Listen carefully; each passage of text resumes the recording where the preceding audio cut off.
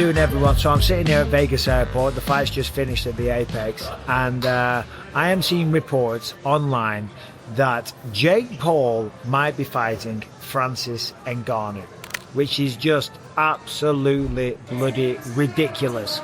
If you know the situation, he was supposed to be boxing Gervonta Tank Davis, a man that weighs 133 pounds or 135. Regardless, it's a man that is way smaller than Jake Paul. So that is just ridiculous, and I've given my thoughts on that before anyway. But now it turns out that Gervonta Davis has some allegations about domestic abuse. I don't know too much about the situation, but apparently Netflix have pulled the plug on that fight. It says, here's a tweet I'm reading from Mike Coppinger.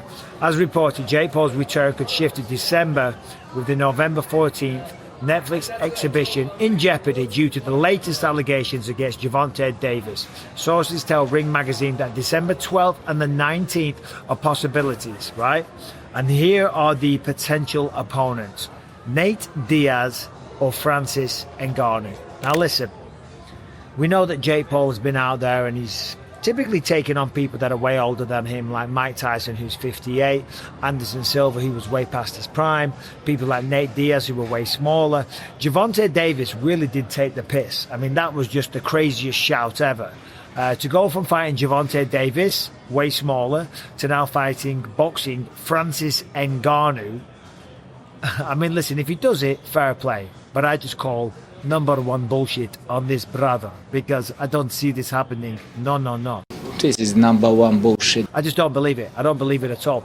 Nate Diaz, yeah, 100%. I mean, he beat him once already. I'm sure Nate Diaz would love to get another big payday, because obviously boxing on Netflix and going up against Jake Paul, given his success, given the name that he has, and given the magnitude of his events, Nate Diaz will get paid an absolute fortune once again. We know that it wasn't too long ago Jake Paul was talking about boxing Anthony Joshua, and that never came to fruition. There's absolutely no way he would box Anthony Joshua. If he did, if he was to do something like that, whether it be Anthony Joshua or Francis Ngannou, I'd give him his props, I'd give him his credit. And you never know, maybe he would do it just for the clout. Because in many ways it would be, sorry about the airport notifications, it would be, you know, an admirable thing to do. And it would be Jake Paul taking on somebody bigger with more experience.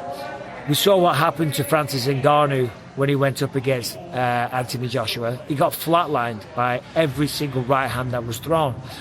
Francis Ngannou, of course, the PFL heavyweight champion, only defended that once against Renan Ferreira, but it was a short bout. It was easy work, okay? He made a mockery of him, took him down and just pounded him out relatively easily. Outside of the boxing matches with Tyson Fury and Anthony Joshua, Francis Ngannou hasn't been very busy. He hasn't been active. Granted, he's made a fortune. Boxing Tyson Fury and Anthony Joshua would have been massively lucrative for him.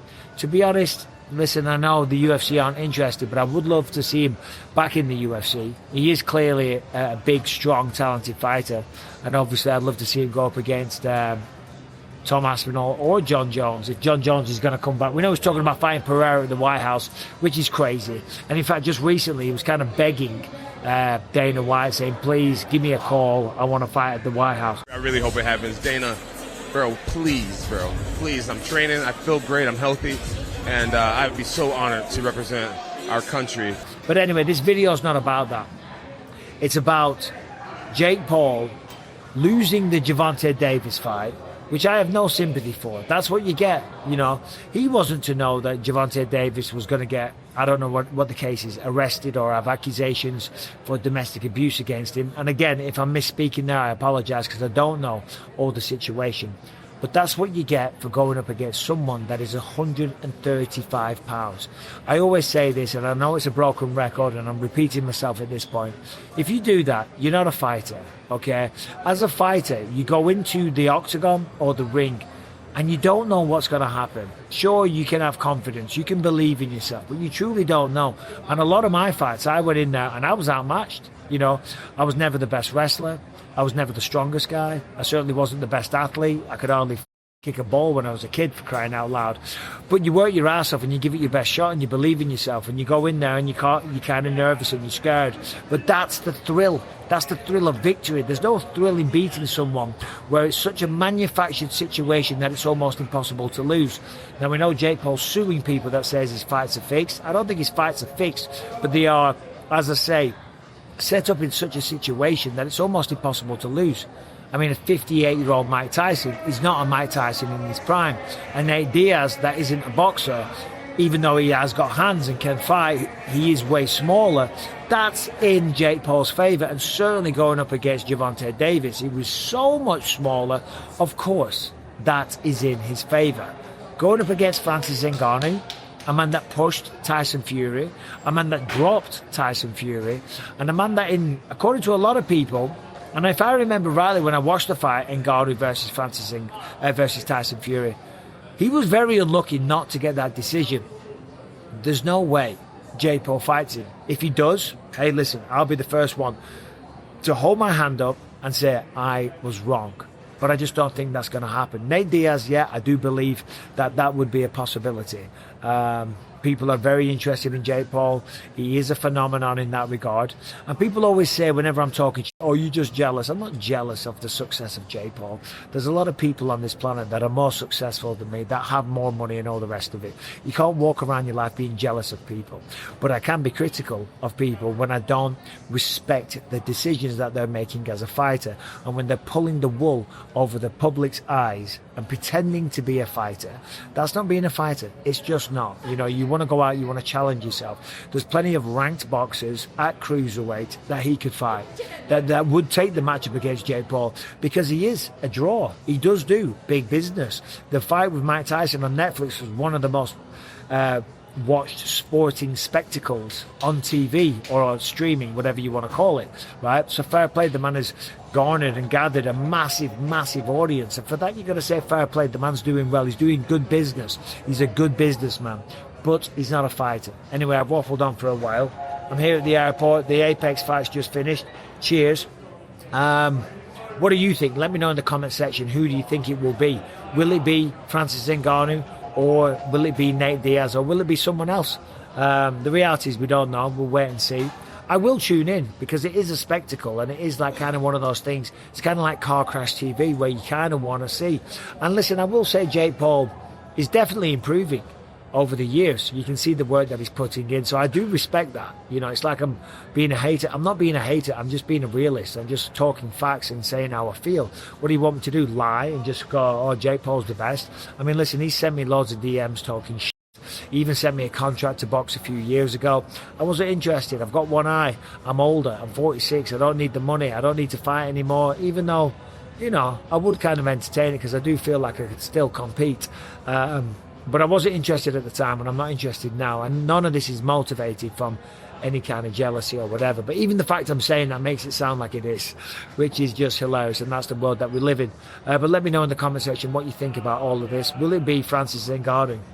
I mean, fair play to Ngannou. I mean, talk about three of the biggest boxing matches you could have. You know, he parted ways with the UFC as the heavyweight champ. He gets to box Tyson Fury.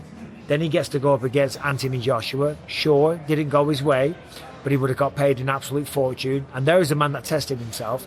And then he gets to go up against Jake Paul. I mean, that is three of the biggest boxing paydays that you could have in this generation. You know, so fair play to the guy. I mean, Jesus Christ, I imagine the purse would be absolutely gigantic. And for Jake Paul, it would almost kind of be worth that calculated risk, because it would be a lose-lose. Because even if he did lose, which he would, people would be like, well, but look at the balls on him. You know, look at the balls. But he might get hurt. He might get knocked out. And boxing is not a joke. Sadly, people do pass away every year in boxing. I think it's somewhere between 6 and 10 people a year do pass away because you aim for the head and you have the bigger gloves on. That's why I always say, or it's known, if you know, mixed martial arts is a much safer sport because the gloves are smaller, and because when you get knocked down you can jump on top of them, give them a few more shots, and then the fight's over. Whereas in boxing, you can get back to your feet, you've got the standing counts, you can count to 10. If you beat the clock, you're back on your feet, and then you can take another few hundred punches to the head, and sadly, they go to the hospital afterwards. They encounter a tremendous amount of problems, and then sadly, a lot of people do pass away every single year. So I have nothing but respect for anyone that steps foot in the ring, especially boxing, because it is very dangerous. And if Jake Paul was to do that against Francis Ngannou, that'd be a gamble, and I would have to respect it. Simple as that. But anyway, I've waffled on for a while. I'm going to enjoy my beer. Let me know your thoughts on this whole situation about Jake Paul in the comment section. Let me know who you think it's going to be. Subscribe and ring the bell, and I'll see you soon when I get home. I'll be doing videos all week, each and every day. So as I say, subscribe to the channel, ring the bell, all that jazz. See you soon. Take care.